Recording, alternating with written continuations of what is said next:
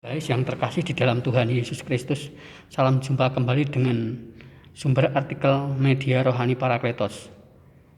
Pada saat ini, pembacaan artikel rohani Kristen dengan judul Khotbah di atas Bukit part 6, Puasa sebagai suplemen iman, bagian 1. Dalam perjalanan hidup kita, seringkali kita melakukan puasa dan melihat seseorang melakukan ibadah puasa, baik yang dilakukan oleh umat yang tidak seiman dengan kita maupun kita orang percaya atau golongan yang lain untuk tujuan tertentu.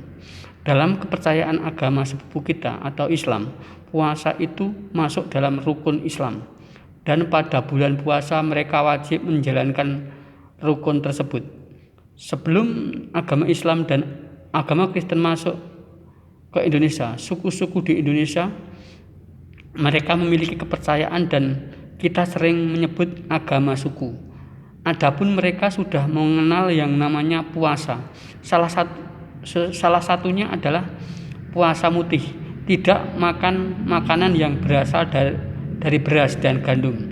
Puasa Senin dan Kamis, yaitu puasa yang dilakukan setiap hari Senin dan Kamis. Sekarang bagaimana para pengikut Kristus berkenaan dengan puasa?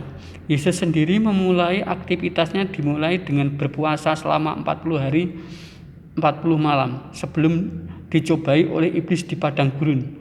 Apabila melihat dari sisi manusiawi, puasa adalah spirit atau suplemen atau tambahan sebelum menghadapi percobaan di padang gurun tersebut, karena suatu masalah yang menghadang manusia baik yang datang dari intern maupun ekstern tidak cukup dilawan dengan berdoa saja, namun harus dengan berpuasa juga.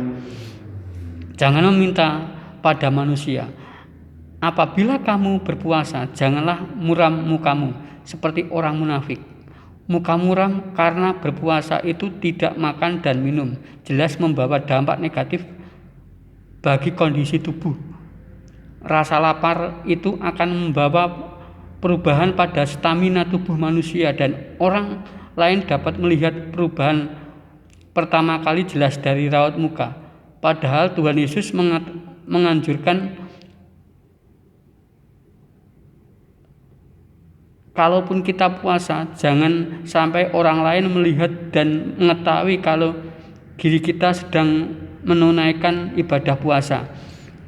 Sedangkan yang berhak mengetahui bahwa diri kita puasa hanya Dia dan kita sendiri. Sesungguhnya mereka sudah mendapatkan upah. Yang dimaksudkan upah, pikiran dan pujian orang terhadap kita berkenaan dengan puasa yang kita lakukan. Siapa yang tidak senang apabila kita dipuji orang lain, karena pujian menjadikan diri kita sombong. Inilah yang sangat dibenci olehnya. Kalau memang ingin berpuasa, hendaklah tidak diketahui orang lain, karena Ia Maha mengetahui dan Maha melihat, dan tidak ada yang bisa luput dari radarnya Tuhan. Segala jerih payah yang kita lakukan tidak akan sia-sia. Lapar dan haus dalam berpuasa akan digantikan oleh Dia. Amin dan bersambung.